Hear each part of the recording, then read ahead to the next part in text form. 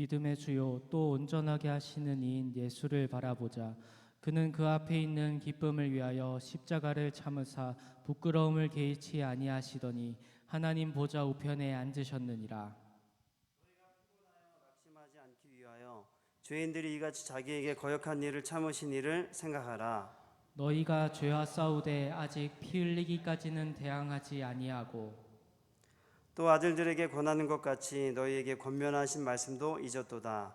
일러스되 내 아들아 주의 징계하심을 경히 여기지 말며 그에게 꾸지람을 받을 때에 낙심하지 말라. 주께서 그 사랑하시는 자를 징계하시고 그가 받아들이시는 아들마다 책짓질하심이라 하였으니 너희가 참음은 징계를 받기 위함이라. 하나님이 아들과 같이 너희를 대우하시나니 어찌 아버지가 징계하지 않는 아들이 있으리요. 징계는 다 받는 것이거늘 너희에게 없으면 사생자요 친아들이 아니니라. 또 우리 육신의 아버지가 우리를 징계하여도 공경하였거든 하물며 모든 영의 아버지께 더욱 복종하며 살려하지 않겠느냐. 그들은 잠시 자기의 뜻대로 우리를 징계하였거니와 오직 하나님은 우리의 유익을 위하여 그의 거룩하심에 참여하게 하시느니라. 무릇 징계가 당시에는 즐거워 보이지 않고 슬퍼 보이나 후에 그로 말미암아 연단받은 자들은 의와 평강의 열매를 맺느니라. 그러므로 피곤한 손과 연약한 무릎을 일으켜 세우고 함께 읽겠습니다. 너희 발을 위하여 곧은 길을 만들어 저는 다리로 하여금 어그러지지 않고 고침을 받게 하라. 아멘. 네, 오늘 고난과 징계 앞에서 예수님을 바라봅시다라는 제목으로 여러분에게 말씀을 전하겠습니다. 오늘 말씀의 배경은 히브리서인데요. 히브리서는 이제 저희가 당시 그 로마에 있었던 기독교인들에 대한 탄압도 있었고 또 이런 적대적인 그리스도인들의 적대적인 상황이 계속되는 상황 가운데 이 기독교인들이 있었습니다. 그래서 그 사람들은 굉장히 물리적으로 어려움을 당하고 있었고 또 예수님이 곧 오실 거라고 했는데 자신들이 생각했던 것보다는 그분이 속히 임하지 않았습니다. 그러는 가운데 그 사람들 안에 예수님에 대한 소망이 흔들리기 시작했습니다. 흔들리기 위한 자들을 위해서 지금 오늘 본문이 기록되어 있습니다. 우리도 살아가다 보면은 고난과 징계를 당할 때가 있습니다. 고난과 징계를 좋아하는 사람들은 없을 겁니다. 고난과 징계를 당할 때 우리는 고통을 겪게 되고 또 어려움을 당하게 됩니다. 그러면 우리는 그리스도인들은 그리스도인이라 해가지고 고통을 안 당하는 게 아니잖아요. 어려움을 안 당하는 게 아닌데 그렇다면 우리는 고난과 어려움을 당할 때 우리는 어떻게 살아가야 할까요? 오늘 본문을 통해서 우리 함께 예수님이 주시는 우리에게 대한 말씀을 뜻을 깨닫는 시간이 되시기 바랍니다. 첫 번째는 어려움을 당할 때 주를 바라봐야 합니다. 한번 따라해 볼까요? 어려움을 당할 때에 주를 바라봐야 합니다. 주를 바라봐야 합니다. 우리 같이 1, 2, 3절 한번 읽어볼까요? 준비 시작. 그러므로 우리에게 같이 허당 증인들이 있으니 모든 무거운 것과 얽매이기 쉬운 죄를 벗어버리고 인내로서 우리 앞에 당한 경주를 하며 믿음의 주요 또 온전하게 하시는 이인 예수를 바라보자. 그는 그 앞에 있는 기쁨을 위하여 십자가를 참으사 부끄러움을 개의치 아니하시더니 하나님 보좌 우편에 앉으셨느니라. 너희가 피곤하여 낙심하지 않기 위하여 죄인들이 이같이 자기에게 거역한 일을 참으신 이를 생각하라. 어려움을 당할 때 우리는 예수님을 바라봐야 되는데 특별히 믿음으로 살았던 사람들이 너무 많이 있다는 것이죠. 어려움을 당할 때 우리가 앞장에 11장을 월요일부터 봤을 텐데 화요일부터 믿음으로 살았던 사람들, 믿음으로 안락한 생활을 벌이고 바로의 공주라 칭함을 받지 않고 오히려 하나님의 백성들과 고난을 선택했던 모세와 같이 어려움 속에 있을 때 오히려 수많은 사람이 믿음으로 살았는데 믿음으로 살았을 때 하나님이 그들과 함께 하시면서 하나님의 역사를 나타내셨습니다. 그러므로 이렇게 허다한 증인들이 많으니 우리가 이 어려움을 당할 때 믿음의 경주를 해야 된다. 왜? 지금 우리 주위에 수많은 믿음의 사람들이 믿음으로 살아왔다. 그러면 너희도 어려움과 징계가 있을 때, 예수를 믿다가 어려움과 징계와 고난이 있을 때 너희도 믿음의 경주를 해라. 이렇게 말하고 있습니다. 그러면서 죄를 벗어버려야 한다. 죄를 벗어버리고 믿음의 경주를 하라고 했습니다. 그런데 이제 어떻게 우리가 징계와 연단 앞에서 인내할 수 있을까요? 우리에게 당한 고난과 연단이 심한데 어떻게 우리는 그 고난과 연단 앞에서 인내할 수 있을까요? 그래서 이 히브리서에서는 우리에게 새로운 태도를 말하고 있습니다. 새로운 태도가 뭐냐면 예수님을 바라보라는 겁니다. 우리 안에 여러 가지 어려움이 있는데 우리는 어려움에 우리의 눈을 돌리기 쉽고 나의 없는 것에 눈을 돌리기 쉽고 나의 불편한 것에 주목하기 쉬운데 성경은 어떻게 말하고 있냐면 우리가 그리스도를 믿음으로 따라가다가 고난과 어려움을 당할 때 예수님을 바라봐야 된다. 이렇게 기록하고 있습니다. 먼저 예수님을 바라보시기 바랍니다. 왜냐하면 예수님은 믿음의 완전한 모범이 되셨기 때문입니다. 예수님은 이 땅에 인간의 몸을 입고 이 땅에 오셨잖아요. 인간의 몸을 이 땅에 입고 오셔가지고 십자가에 달려 죽으시고 또 사람들 앞에 발개 벗긴 채로 죽임을 당하셨습니다. 그런데 예수님은 이 땅에 계시는 동안에 온전한 믿음으로 하나님께 나아갔다는 것입니다. 온전한 믿음으로 하나님께 나아가면서 그 앞에 있는 즐거움, 바로 이 십자가를 짐을 통해서 하나님의 수많은 잃어버린 자들을 구원하시겠다는 그 즐거움을 기대하시면서 그 십자가의 죽음과 부끄러움을 개의치 않으셨다는 것입니다. 그래서 믿음으로 하나님께 나아가서 죽임을 당하시고 지금은 어떻게 되셨냐? 하나님 우편에 앉아 계신다는 것이죠. 그래서 그분이 믿음으로 하나님께 사셨는데 하나님이 그의 믿음을 가지고 그의 믿음을 통해 모든 사람이 하나님께로 나아가는 길을 만드셨을 뿐만 아니라 그가 그를 따르는 모든 자들에게도 완전한 모범이 되셨다는 것입니다. 그래서 우리는 이 땅에 살아가는 동안에 예수님을 역경과 고난이 있을 때 예수님을 바라봐야 합니다. 그때 예수님이 우리의 믿음을 온전케 하시고 우리를 또 새롭게 하신다는 것을 믿으시기 바랍니다. 그런데 우리가 이 땅에 사는 동안에 어떻습니까? 살아가다 보면 좋지 않은 일이 생기면 어떻게 하십니까? 어떻게 하십니까?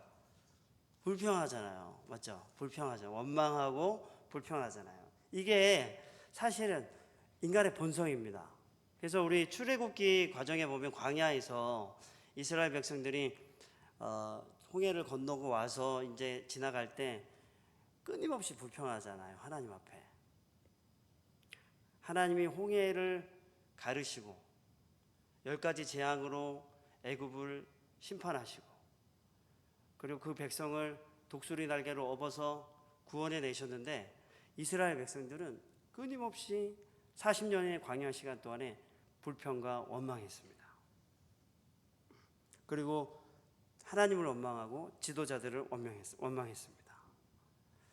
근데 우리의 본질상 이렇다는 거죠. 우리의 본성은 불평하고 누군가를 탓하기 좋아하고 원망하기 좋아한다는 것입니다. 그래서 우리 하나님의 자녀들은 근데 그 사람들은 가나안에 못 들어갔어요. 가나안 땅에는 그 사람들이 한 명도 못 들어갔어요. 20세 이상의 불평하던 모든 사람은 광야에서 다 죽었습니다. 그런데 그 사람들이 못 들어간다고 불평했던 그 어린아이들은 안전하게 다 들어갔습니다. 하나님이 완전히 인도해 가셨죠. 그래서 우리가 하나님의 자녀가 되었다는 것은 이제 하나님이 우리의 모든 것을 온전하게 책임지고 인도해 가신다는 것입니다. 그래서 우리는 불평하는 게 아니라 왜 우리가 감사하고 찬양할 수 있냐면 하나님이 우리를 어떤 상황과 환경에서도 완전하게 인도하시기 때문에 그렇습니다. 그래서 우리는 어때요? 어떤 상황 환경 속에서 찬양할 수 있는 것입니다. 감사할 수 있는 것입니다. 왜요? 하나님이 모든 것을 완전하게 다스리시기 때문에 그렇습니다. 그래서 우리는 어려움을 당할 때 불평하고 원망하는 것에, 누구를 탓하는 것에 우리의 시간과 마음을 쏟는 것이 아니라 예수님을 바라봐야 됩니다. 예수님을 바라봐야 됩니다. 제가 지난번에 축구를 11시 반까지 한 적이 있어요. 토요일 날. 그래서 집에 딱 들어갔더니 축구하고 살지 왜 들어왔냐 그러더라고요. 그래서 제가 이거는 조심해야겠다. 그래서 저희가 이런 징계를 말하는 게 아니고 우리가 믿음으로 살다가 받는 징계가 있을 때 우리가 예수님을 바라봐야 된다는 것이죠. 그래서 제가 그 얘기 듣고 바로 고쳤습니다. 난 이제 10시에 들어간다. 10시에 바로 들어옵니다. 그 회개하는 모습을 보여줘야지 이제 집안에 평화가 있기 때문에 이제 여러분 정말 우리가 혹시 이 자리에 우리가 징계 가운데 내가 하나님 앞에 징계를 받는 것 같다고 생각하는 분들이 있을 수 있습니다. 그러나 여러분 예수님을 바라보시기 바랍니다. 우리 주위에 어떤 불평과 원망과 남 탓할 수 있는 그런 여건이 있을지라도 그보다 더 확실하게 우리 삶을 인도하시는 예수님을 바라보시기 바랍니다. 예수님이 우리의 그 여정 동안에 우리의 믿음을 새롭게 하신다는 사실을 믿으시기 바랍니다. 두 번째는 징계는 하나님의 사랑임을 우리 기억해야 합니다. 우리 한번 4절에서 8절까지 한번 읽어보겠습니다. 시작. 너희가 죄와 싸우되 아직 피 흘리기까지는 대항하지 아니하고 또 아들들에게 권하는 것 같이 너희에게 권면하신 말씀도 졌도다. 이르시되 내 아들아 주의 징계하심을 경히 여기지 말며 그에게 꾸지람을 받을 때에 낙심하지 말라. 주께서 그 사랑하시는 자를 징계하시고 그가 받아들이시는 아들마다 책짓질하심이라 하였으니 너희가 참음은 징계를 받기 위함이라. 하나님이 아들과 같이 너희를 대우하시나니 어찌 아버지가 징계하지 않는 아들이 있으리요. 징계는 다 받는 것이거늘 너희에게 없으면 사생자요 친아들이 아니니라. 네, 징계를 받을 때 믿음으로 살아가다가 징계와 연단을 또 어려움을 당할 때 우리는 어떻게 생각해야 되냐면 이것이 하나님의 사랑이라고 생각해야 됩니다. 사랑임을 기억하시기 바랍니다. 따라해 볼까요? 징계는 하나님의 사랑임을 기억하십시오. 우리가 믿음이라는 것은요 해석과 관련이 있습니다. 믿음은 해석과 분명하게 관련이 있습니다. 광야에서 엎드러진 사람들은 어려운 일을 당할 때 불평했습니다. 불평하는 것도 하나의 선택이거든요. 근데 불평을 선택한 것입니다. 그래서 불평하는 자들은 안 바뀌어요. 안 바뀝니다. 여러분 정말 중요한 게 제가 방과후학교에서도 애들 많이 지도하지만 말이 안 바뀌면 안 바뀝니다. 오자마자 누구에 대한 만약에 누군가 흉을 보기 시작했다. 누구에 대한 비난을 하기 시작했다. 그 비난이 그치지 않으면 화목된 관계는 없는 것입니다. 사람들이 말도 선택입니다. 불평도 선택인 것입니다. 그런데 믿음은 해석과 관련이 있는데 우리가 믿음으로 살다가 징계를 받을 때 이것이 하나님의 사랑이라고 해석하는 것이 너무나도 중요한 것입니다. 왜? 하나님은 사랑하는 자들마다 하나님이 근실하게 징계하기 때문에 그렇습니다.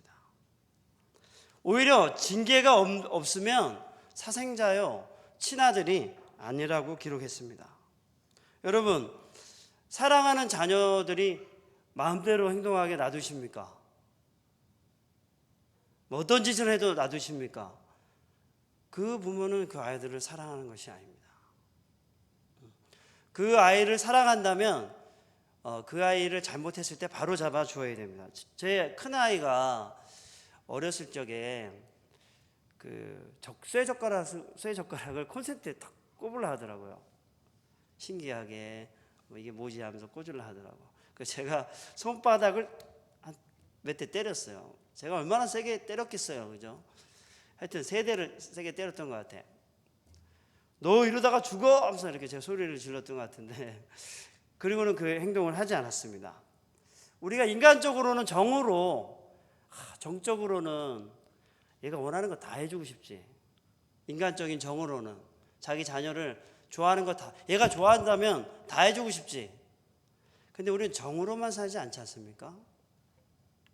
이 아이가 바르게 자라게 하기 위해서는 이 아이가 잘못된 길을 걸어갈 때 부모가 단호하게 안 된다고 말해 주어야 합니다. 그렇지 않으면 바르게 자라지 않습니다. 사랑이라는 것이 잘못되거나 혹은 올바른 길로 가기 위해서 꼭 필요한 단계라면 단호함으로 바뀔 수 있는 것입니다. 얼마든지 그럴 수 있는 것입니다. 부모도 그렇게 하는데 하나님이 그 사람을 더 거룩하고 경건하고 하나님을 위해 사용하기 원한다면 하나님이 얼마든지 징계하실 수 있는 것입니다. 그 사람을 새롭게 하고 더 연단한 성품으로 갖고 갈 수 있는 것이죠. 뭐 이런 게 있죠. 부모들이 이제 자녀가 찾아왔어. 부모들이 이렇게 있는데 오랜만에 자녀가 찾아와서 뭐 이런저런 얘기를 물어가지고 부모가 대화를 하는데 얼굴을 보니까 얼굴이 별로 안 좋아.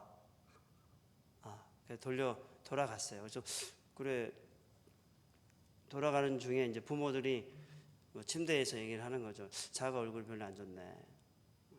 무슨 일인지 한번 물어보세요. 그래가지고 이제 서로 이제 전화도 하고, 근데 네 얼굴이 왜 그 모양이냐? 무슨 일이 있나? 뭐 이렇게 물어보면서 사랑의 관심을 나타내잖아요, 그죠? 근데 그런 사랑도 자녀가 변하지 않아서 위기가 있으면 단호하게 대처해야 되는 것이죠. 부모는 그렇게 합니다. 자녀를 사랑하는 부모는 그렇게 합니다. 근데 반대로 어떻게 될까요? 자녀가 원하는 대로 해주는 부모는 어떻게 될까요? 커서 부모를 반드시 원망하게 됩니다. 왜 원망하게 될까요? 자기 마음대로 살아보니까 자기가 잘못됐다는 것을 커가면서 알게 돼요. 왜 내가 어렸을 때 똑바로 안 잡아줬냐고 반드시 원망하게 돼 있습니다. 바로 앞에서 직접 대놓고 얘기는 안 할 수는 있습니다. 그렇지만 속으로는 원망할 수 있습니다. 그때 나를 단호하게 때려서라도 나를 잡아 주셔야지 라고 속으로 생각할 수 있다는 것이죠. 우리는 하나님의 징계를 받을 때 하나님이 우리를 사랑해서 내리는 징계라는 사실을 기억하시기 바랍니다. 세 번째, 자, 우리 9절에서 13절 한번 같이 한번 읽어볼까요? 9절에서 13절 시작.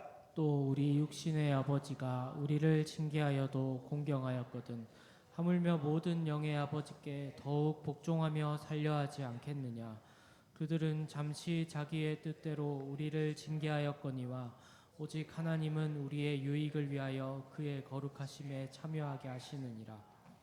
무릇 징계가 당시에는 즐거워 보이지 않고 슬퍼 보이나 후에 그로 말미암아 연단받은 자들은 의와 평강의 열매를 맺느니라.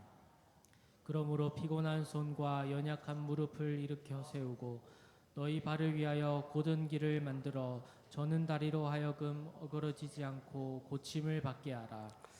네, 세 번째는 징계와 연단을 통해 우리를 새로운 열매를 맺게 하신다는 것입니다. 따라해 볼까요? 징계와 연단을 통해 새로운 열매를 맺게 하십니다. 새로운 열매를 맺게 하십니다. 부모는 자기의 뜻대로 자기의 자녀들을 징계하죠. 특별히 이 당시 70년 AD 70년 이전의 로마 시대 하에서 자녀 양육은 굉장히 가부장적이었거든요. 그래서 아버지가 자녀를 얼마든지 때릴 수 있었습니다. 자녀를 팔아버렸습니다. 팔기도 했습니다. 그리고 자녀가 잘못되면 그냥 땅속에 건강하게 태어나자면 묻어버렸습니다. 그러니까 자녀들에 대한 아버지의 결정은 절대적이었습니다. 그런데 부모는 자기의 마음에 따라서 자녀를 훈계를 하기도 합니다. 징계를 주기도 합니다. 그런데 하나님은 오직 우리의 유익을 위해서 징계하신다는 것입니다. 왜 징계를 하실까요? 왜 하나님 우리를 징계하실까요? 또 우리를 연단하실까요? 여기에 보면 이제 하나님의 거룩하심에 참여하기 위해서 하나님 징계하고 연단하신다고 말씀하셨는데, 거룩이라는 것이 원래는 죄를 깨끗하게 하다 이런 뜻이 있고 하나님을 섬기기 위해서 구별하다 이런 뜻이 있습니다. 그래서 오늘 말씀을 보면은 이 징계와 연단을 통해서 하나님이 하나님을 섬길 수 있도록 구별하기 위해서, 그 거룩하심에 참여하도록 하기 위해서 하나님이 징계와 연단을 하신다는 것입니다. 그래서 이 징계와 연단을 받은 자들은 의와 평강의 열매를 맺는 일에 참여하게 된다는 것이죠. 다윗이 17년간 사울에게 쫓겨다니면서 살았습니다. 그가 잘못한 게 없었어요. 그가 한 것은 골리앗을 쳐 죽이고 군대 장관으로 사울을 위해서, 블레셋을 위해서 전투한 것밖에 없었습니다. 그런데 전투할 때마다 다윗이 이겼습니다. 그래서 다윗에 대한 소문이 자자했고, 사울이 죽인 자는 천천히요, 다윗이 죽인 자는 만만이라, 이러한 소문이 사울에게 들러가니까 사울이 질투했죠. 그리고는 다윗을 17년 동안 쫓아다닙니다. 다윗은 자기를 쫓아오는 이 사울을 죽일 기회가 몇 번 있었습니다. 동굴에 있을 때도 이 사울이 변을 보기 위해 들어왔을 때 그 뒤에 있던 부하들이 이렇게 말했죠. 하나님이 당신의 원수를 당신의 손에 넘긴 날입니다. 지금 한 칼에 쳐서 죽이고 당신이 왕이 되십시오, 이렇게 얘기했단 말이에요. 하나님도 그렇게 당신이 왕이 되겠다고 하지 않았습니까? 이렇게 하면서 설득했을 때 다윗이 그래 하지 않았어요. 그래 하지 않고 옷만 살짝 벤 다음에 하나님의 기름 부음 받은 자를 죽이는 것은 하나님의 뜻이 아니다 하면서, 자기가 원수를 갚을 수도 있었지만 그 징계를 받는 기간에 하나님의 뜻에 온전히 복종하고 하나님을 믿으며 생활했죠. 그런데 하나님이 이 다윗이 이러한 기간을 거치는 동안에 그가 이스라엘의 하나님의 통치를 온전하게 드러낼 수 있도록 다윗이 준비가 되었다는 것입니다. 이 기간에 하나님 우리에게 징계와 연단을 주시는 이유는 바로 하나님을 섬기기 위해서 우리를 구별하고 하나님의 거룩하심에 참여하여 새로운 의와 평강의 열매를 맺도록 하기 위해 우리에게 징계와 연단을 주신다는 사실을 믿으시기 바랍니다. 그럼 사랑하는 여러분, 이제 말씀을 마치겠습니다. 우리 안에 믿음으로 생활하는데 우리가 이해하지 못할 연단과 고통과 또 징계가 있다면 여러분, 믿음의 경주를 하시기 바랍니다. 믿음의 주여 온전케 하시는 예수님을 바라보시기 바랍니다. 다른 불평할 것들을 바라보지 마시고 나를 새롭게 하시고 나를 거룩하게 참여하게 하시는 하나님의 계획임을 알고 예수님을 바라보시기 바랍니다. 그래서 하나님께서 이 기간을 통해서 나를 통해 새로운 열매를 맺게 하실 것을 기대하시기 바랍니다. 우리 함께 찬양하면서 기도하겠습니다.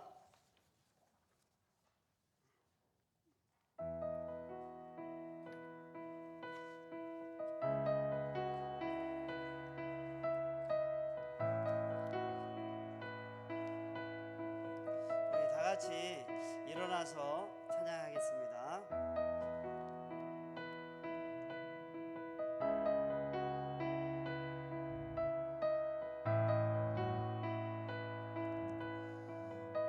내게로부터 눈을 들어 내게로부터 눈을 들어 주를 보기 시작할 때 주의 일을 보겠네. 내 작은 마음 돌이키사 하늘에 꿈꾸게 하네. 주님을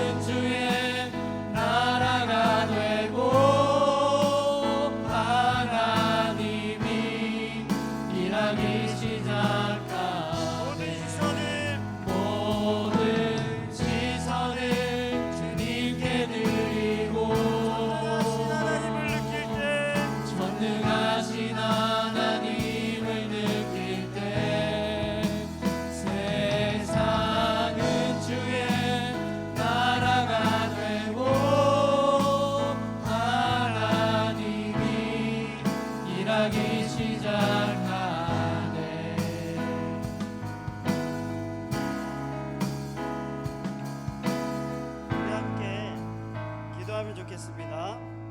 이 시간 기도할 때 우리 안에 징계와 염려와 혹은 연단이 있다면 이제 우리 주위를 향하던 우리의 눈을 예수님께로 돌립시다. 아멘. 우리의 연단 속에서 우리가 예수님만 바라봅시다. 아멘. 예수님을 바라볼 때 예수님은 우리를 거룩하게 하시고 우리의 믿음을 새롭게 하신다고 약속하셨습니다.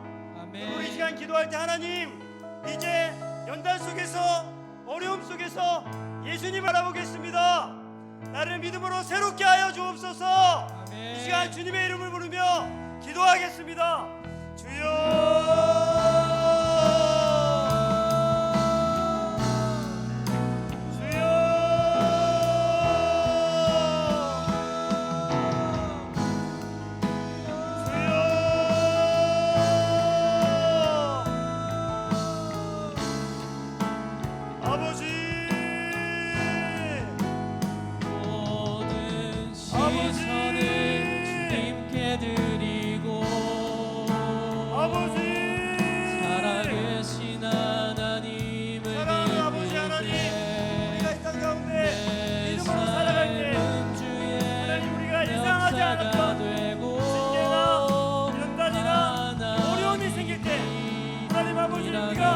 불평하지 않게 하여 주시고 예수님을 바라보게 하여 주옵소서. 이 땅에 예수님이 온전히 믿음으로 하나님께 나아가셨던 것처럼, 그러면서 아버지 십자가를 지시고 부끄러움을 개의치 않으셨던 것처럼 그의 모든 사람을 하나님께 나아가도록 길을 여셨던 것처럼 믿음의 완전한 구원을 보이신 예수님을 바라보게 하여 주옵소서.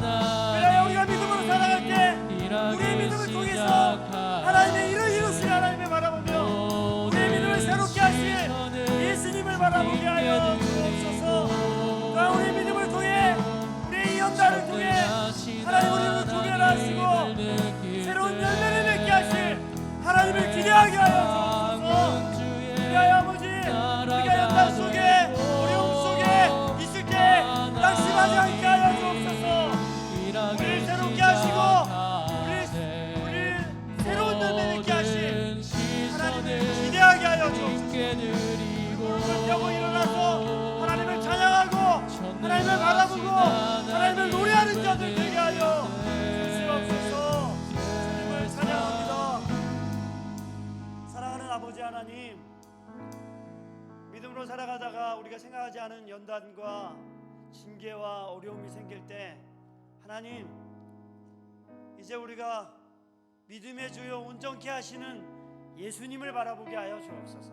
아멘. 우리 주위에 있는 여러 가지 불평과 원망할 조건들이 아니라 믿음으로 온전한 모범을 보이시고 모든 사람이 구원의 하나님께로 가는 길을 여셨던, 그러므로 믿음의 길을 가셨던 그 예수님을 바라보며 믿음으로 충만해지게 하여 주옵소서. 아멘. 그래야 아버지 하나님, 믿음으로 징계와 연단과 어려움 속에 살아가면서 우리를 새롭게 하시고 우리를 새로운 열매 맺게 하실 그 하나님을 기대하게 하여 주옵소서. 아멘. 그래서 아버지 하나님, 혹 연단 속에 있는 자들이 있다면, 어려움 속에 있는 자들이 있다면 믿음으로 예수님을 바라보게 하여 주옵소서.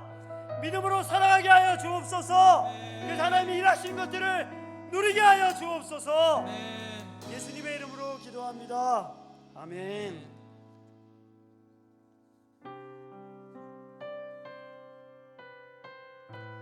아무것도 두려워 말라. 우리 함께 찬양하겠습니다.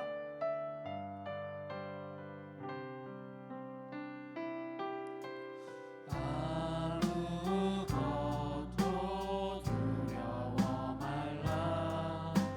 주 나의 하나님이 지켜주시네.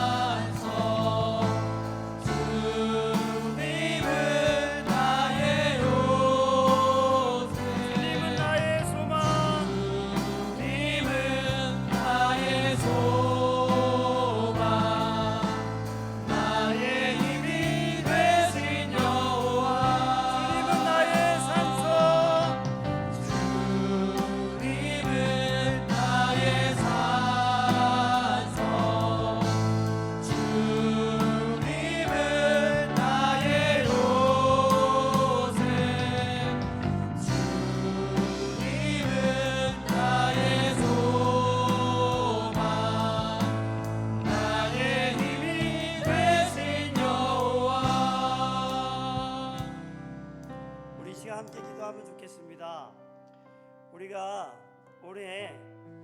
올해도 영어 캠프를 하고 또 부서별로 사역을 할 것입니다. 우리가 이 사역을 하면서 다음 세대를 세워가고 있습니다. 이 시간 기도할 때 아이도 낳지 않고 결혼도 하지 아니하고는 이 세대 속에서 또 이기적으로 개인적으로 살아가면서 단절을 경험하는 이 시대 속에서 우리가 하나님의 복음을 사랑과 복음을 전하는 교회 되게 해달라고 이 시간 기도하면 좋겠습니다. 하나님, 우리가 이 시간 기도할 때 하나님 교회를 통해서 복음과 사랑이 전파되게 하여 주옵소서. 아멘. 교육자들과 교사들이 다음 세대를 믿음의 세대로 세워가게 하여 주옵소서. 아멘. 교회를 사용하여 주옵소서. 아멘. 이 시간 주님의 이름을 부르며 기도하겠습니다. 주여.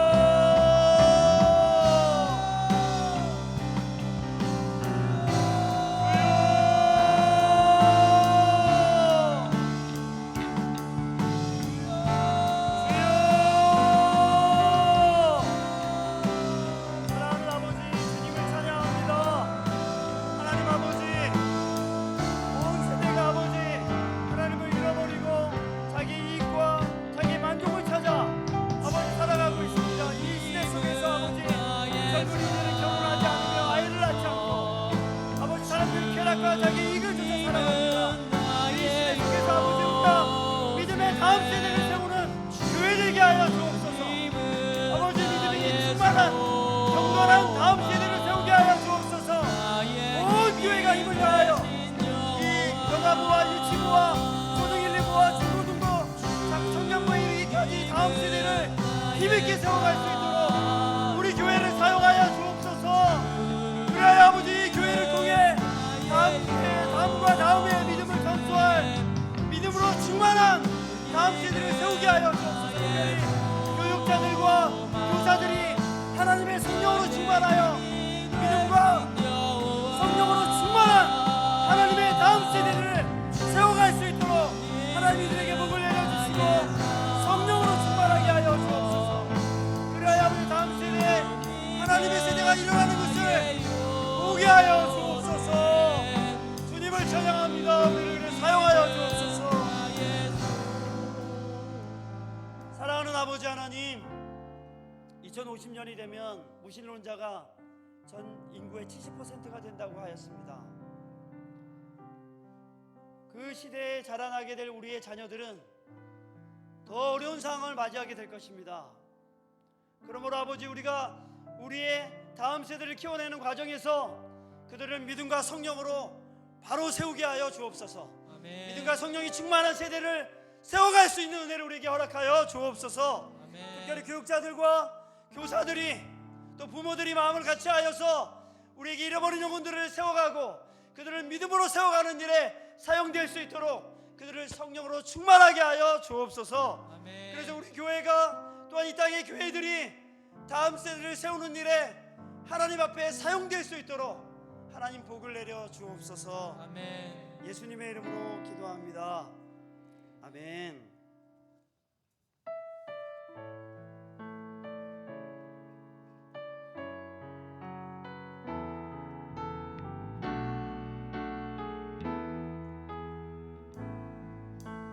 이 땅의 황무함을 보소서. 이 땅의 황무함을 보소서. 하늘의 하나님, 긍휼을 베푸시는 주여,